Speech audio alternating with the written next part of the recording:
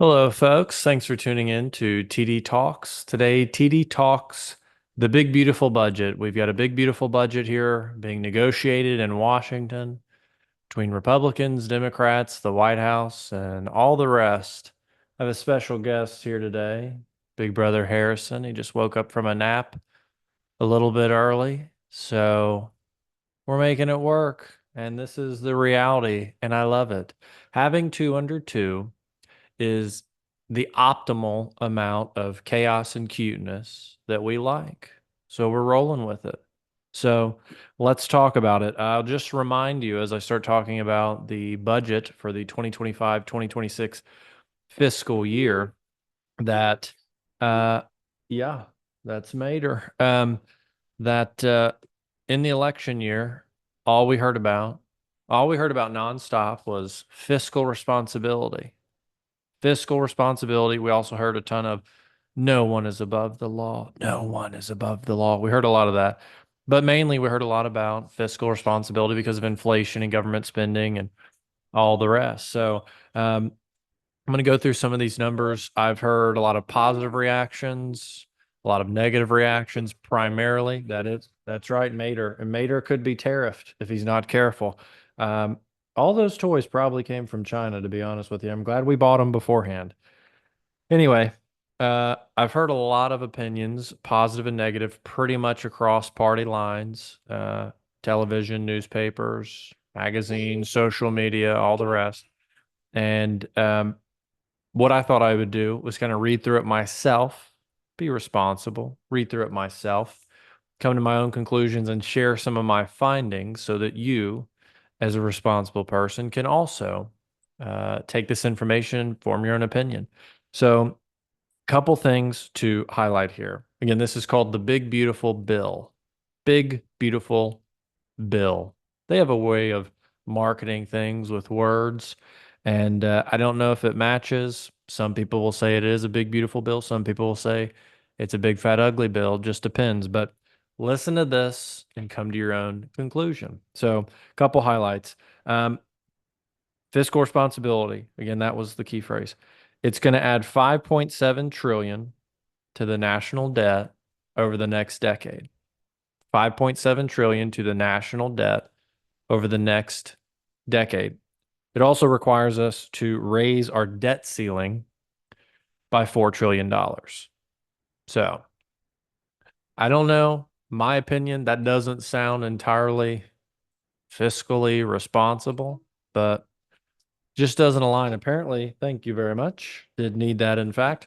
Apparently, when you land in either Dulles or Reagan National Airport, when you become a member of Congress, somebody comes out. I don't know who it is, but I just envision some guy comes out in a Men in Black suit with a little Men in Black flash thing, and he flashes it, and suddenly you lose all sense of financial responsibility.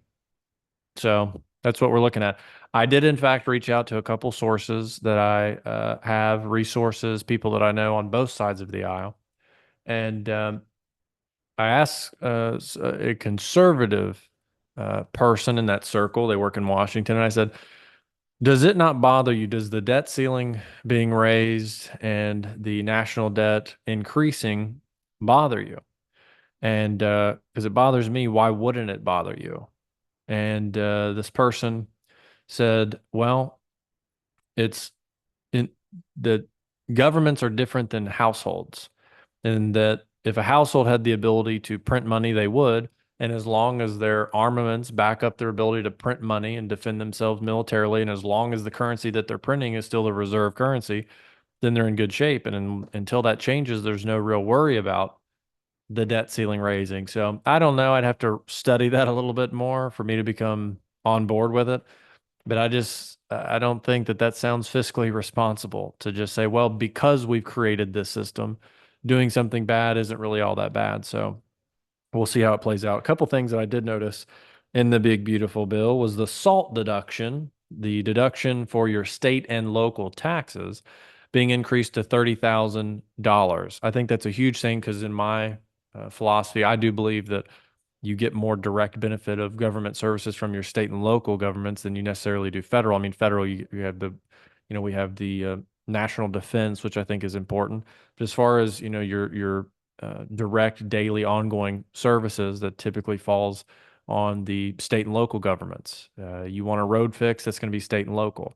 You want to have more influence in what's going on in schools, that's going to be state and local. And so I think that increasing that SALT deduction of what you can deduct from your federal taxes because you've paid it into state and local taxes, I think is a very good thing for the average American taxpayer.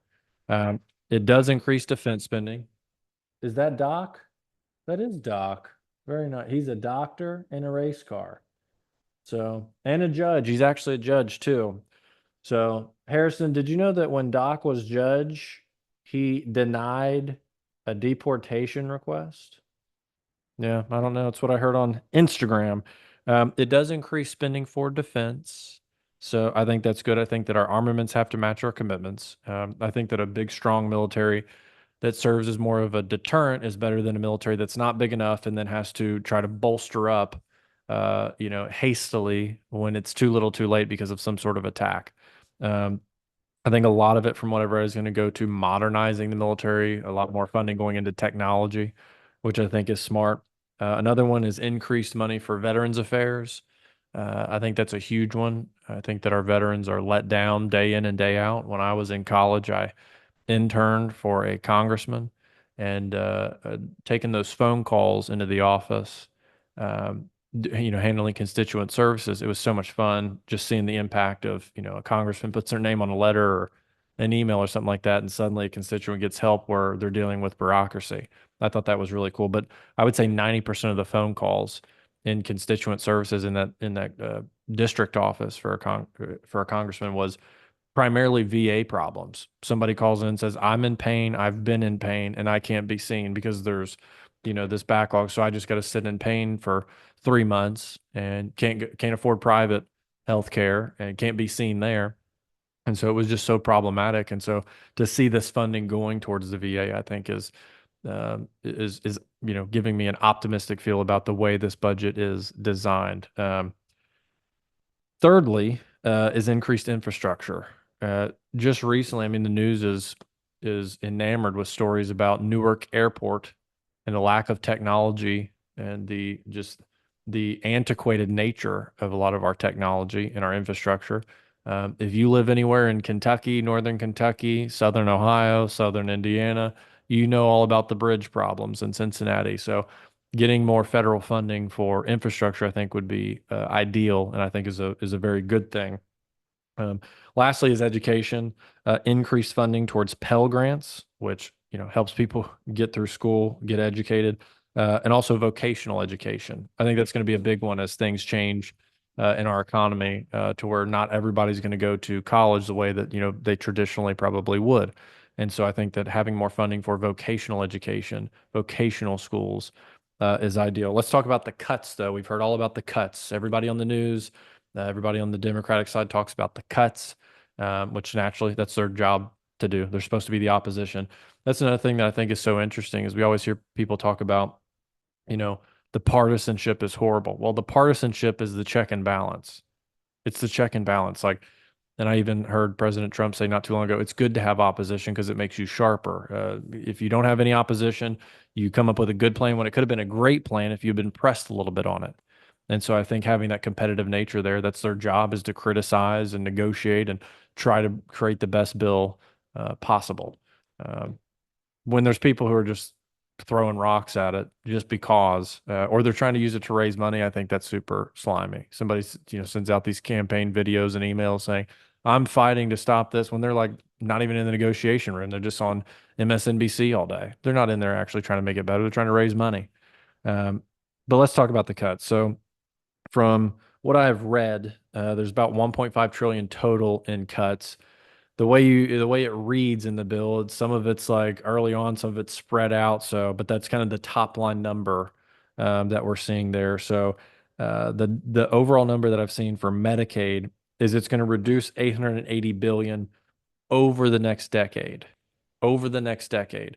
Yet Medicaid spending is still going up. It's just not going up as much. So that's why you're hearing a lot of people refer to it as cuts. they're not cutting the nominal amount of dollars going towards Medicaid. They're cutting the rate by which the funding increases. And they're projecting that by creating work requirements. President Clinton had work requirements in 1996, not that long ago. I was born around that time. That wasn't that long ago. I'm not getting old at all. I'm going to be young forever. But in 96, President Clinton's plan included work requirements for welfare programs or for cash benefits.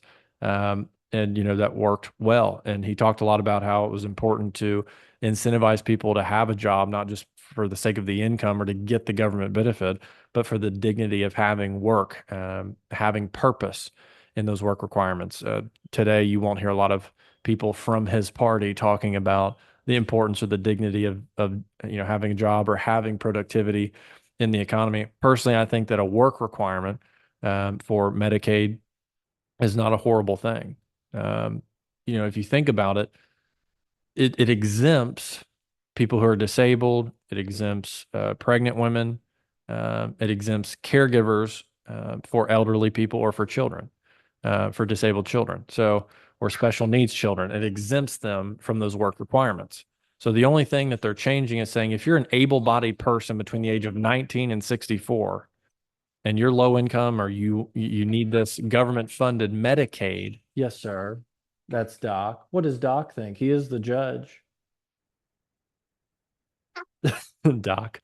Um, if they think that, they need this benefit or they qualify for this benefit, I looked at the work requirement and it was 20 hours per week. 20 hours per week was the work requirement to get the Medicaid. I think that it is quite insensible to say if somebody is completely fine and able-bodied to work, um, that to ask them to work to at least get the benefit that their fellow taxpayers are paying for is not a huge ask. It's 20 hours a week. It's not asking them to work full-time or overtime or anything like that, but it is asking people to have a work requirement and a certain level of productivity to qualify for that subsidized Medicare benefit. So that's clearing it up for you a little bit of what you're seeing on television. Same thing for another major cut is the green energy. We knew that was going to get slashed because that was a huge campaign discussion. A lot of it is the cutting what was originally put in to the previous bill from the Inflation Reduction Act, which is a deceiving name. I think it was, yeah, it's 800 billion, but specifically from what I'd read from the Inflation Reduction Act was 7.5 billion for EV charging stations. 2 years after that bill, 8 had been installed. So far, 37 have been installed. Now, to play both sides of the aisle here, one side says it's a ton of money that was set aside. Who knows where it went because it certainly didn't go to charging stations.